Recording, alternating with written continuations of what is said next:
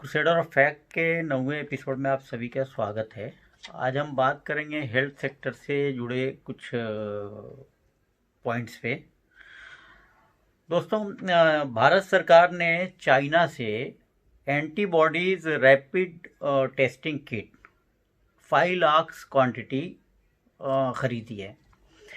Actually market value जिस kit की 245 रुपये है, जो बाकी कंट्रियों ने अपने कोटेशंस दिए हुए हैं, उसके अगेंस्ट में भारत सरकार ने 600 रुपये के हिसाब से ख़रीदा है।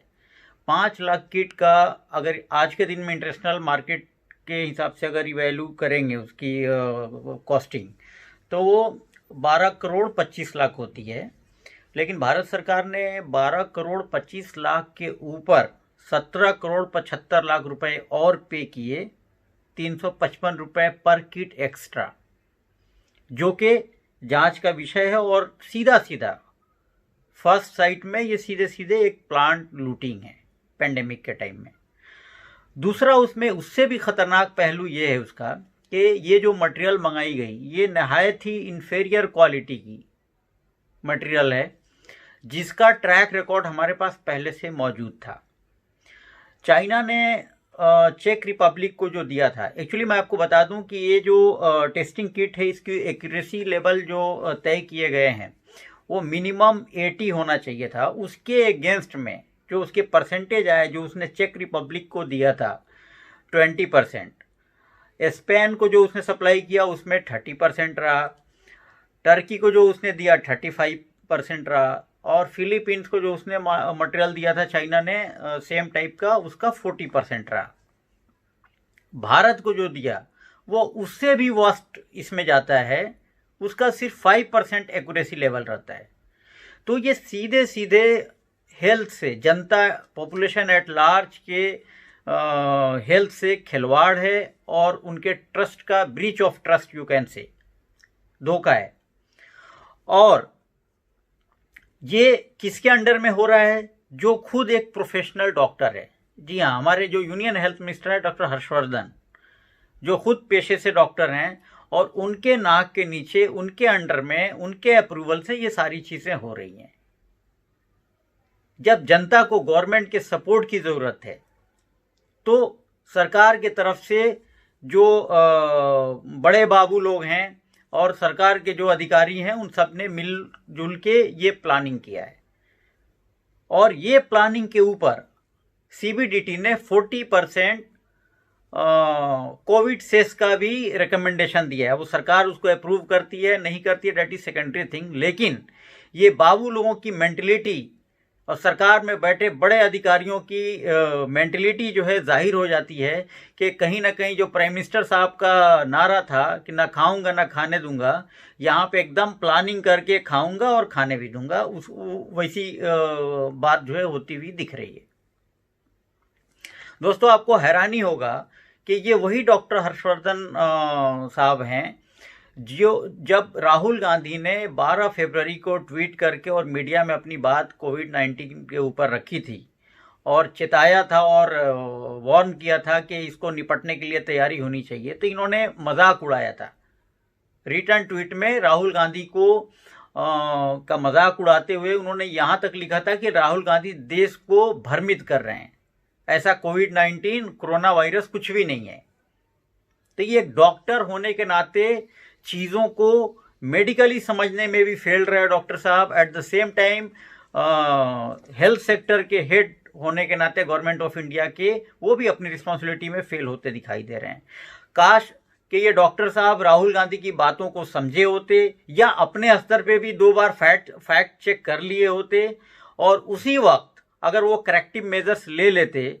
जो 16 लाख ट्रांजिट हुए थे उस टाइम तक, उन लोगों को क्वारंटाइन करने का या उन लोगों को प्रॉपर वे में ट्रेस करने का अगर काम कर दिया होता था, उनकी बराबर थर्मल जो स्कैनिंग है और उसके आगे का जो प्रोसीजर, तो आज जो हम रेड जोन, ग्रीन जोन और ऑरेंज जोन की बात कर रहे हैं लॉकडाउन से धीरे धीरे रिवाइव की तरफ आने के लिए, शायद हम उन लोगों को हॉट स्पॉट में देखते थे कि कहाँ बंद करना है। अगर स्प्रेड होता भी तो काफ़ी मिनिमम स्तर पे होता और हम उसके लिए शायद ये चर्चा कर रहे होते। जो आज हम खोलने की बात कर रहे हैं, शायद सिचुएशन जस्ट रिवर्स होती थी।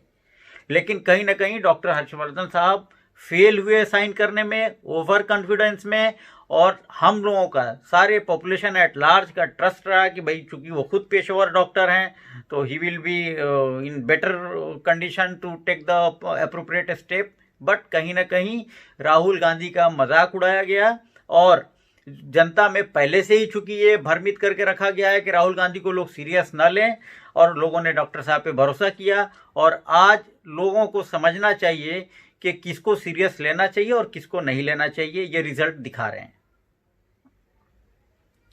तो ये जो स्तर है काम करने का सरकार में बैठे लोगों का, फूड सप्लाई जो हमारे अदर्स यूनियन मिनिस्टर हैं उनके तरफ से कहा जाता है ट्वीट करके कि इतने मैट्रिक टन अनाज हमारे पास स्ट्रॉन्ग है, किसी को ज़रूरत नहीं है, पूरे स्टॉक है हमारे पास। अरे स्टॉक आपके पास होने से नहीं चलेगा ना। आप आंकड़े देखिए, कहाँ कहाँ लोग भूख से परेशान हैं, लोगों को सप्लाई चेन नहीं है, कहीं राशन कार्ड की वजह से नहीं मिल रहा है। तो ये जो भी है उसको फास्ट ट्रैक पे डिसीजन लेके इंश्योर करना होगा कि फूड सप्लाई कहीं भी गरीबों तक, जो नीडी लोग हैं उन तक प्रॉपर मिले, मेडिकल की सुविधा प्रॉपर मिले, टेस्टिंग किट जो है उसकी क्वालिटी बेटर हो और जांच की स्पीड बढ़े, ताकि ये लॉकडाउन का मकसद सिर्फ तारीख पे तारीख देना न रह जाए। एक सर्टेन तारीख में हम ये बताने में सक्षम रहे कि ये हमारा रिजल्ट है और ये लोगों को हमने बिल्कुल कोरोना से पाक कर दिया है, कोरोना से साफ है ये इलाका हमारा, ये इलाका इन्फेक्टेड है और ये इलाके में इतने लोग हैं, ऐसे ट्रीटमेंट का लाइन ऑफ एक्शन रहेगा। तो अगर हम इस वे में अप्रोच से काम नहीं करेंगे तो ये तारीख पे तारीख, हमने अपने पिछले एपिसोड में भी कहा था कि ऐसे ही हम तारीख देते चले जाएंगे और ये ऐसे ही चलता रहेगा। तो ये सरकार को, प्राइम मिनिस्टर ऑफ इंडिया से, honourable prime minister of India से हमारी अपील है कि यूनियन मिनिस्टर के ऊपर लगाम लगाए और इस तरह से जनता का पैसा जो लूटा जा रहा है और एक प्लान वे में तैयारी की जा रही है वो रुके। और these are the real concern which nation want to know. आज वो वॉइस कहीं ना कहीं गायब दिख रही है जो हर छोटे मोटे मुद्दे पे तो आती है कि nation want to know. Sonia Gandhi ji ने क्या कहा, that nation want to know. लेकिन रियल जो नेशन का कंसर्न है वो सवाल उठाने के लिए वो वॉइस कहीं ना कहीं गायब दिख रही है, जो रियली नेशन का की ज़रूरत है। आज के दिन में हेल्थ सेक्टर से जुड़े, फूड सप्लाई से जुड़े, ट्रांसपोर्टेशन से जुड़े जो लोग जहाँ जहाँ फंसे हुए हैं, लॉकडाउन लंबा चलने वाला है, उसके लिए सवाल होना चाहिए और उसके लिए वे आउट निकालने की बात होनी चाहिए। तो वो कहीं ना कहीं वॉइस गायब होती हुई दिख रही है। तो आप लोग अपने स्तर पे अवेयरनेस फैलाएं और सवाल पूछें जो जिस चैनल से है, और सवाल वाजिब होना चाहिए, ट्रोल करने के लिए नहीं होना चाहिए और एक दूसरे पे छीटाकशी करने के लिए नहीं होना चाहिए। पॉजिटिविटी उसमें होना चाहिए ताकि ये एक कॉमन गोल है और इसको हम लोग ज्वाइंट इफर्ट से ही जीत सकते हैं। आप लोग अपना ख्याल रखें। जय हिंद।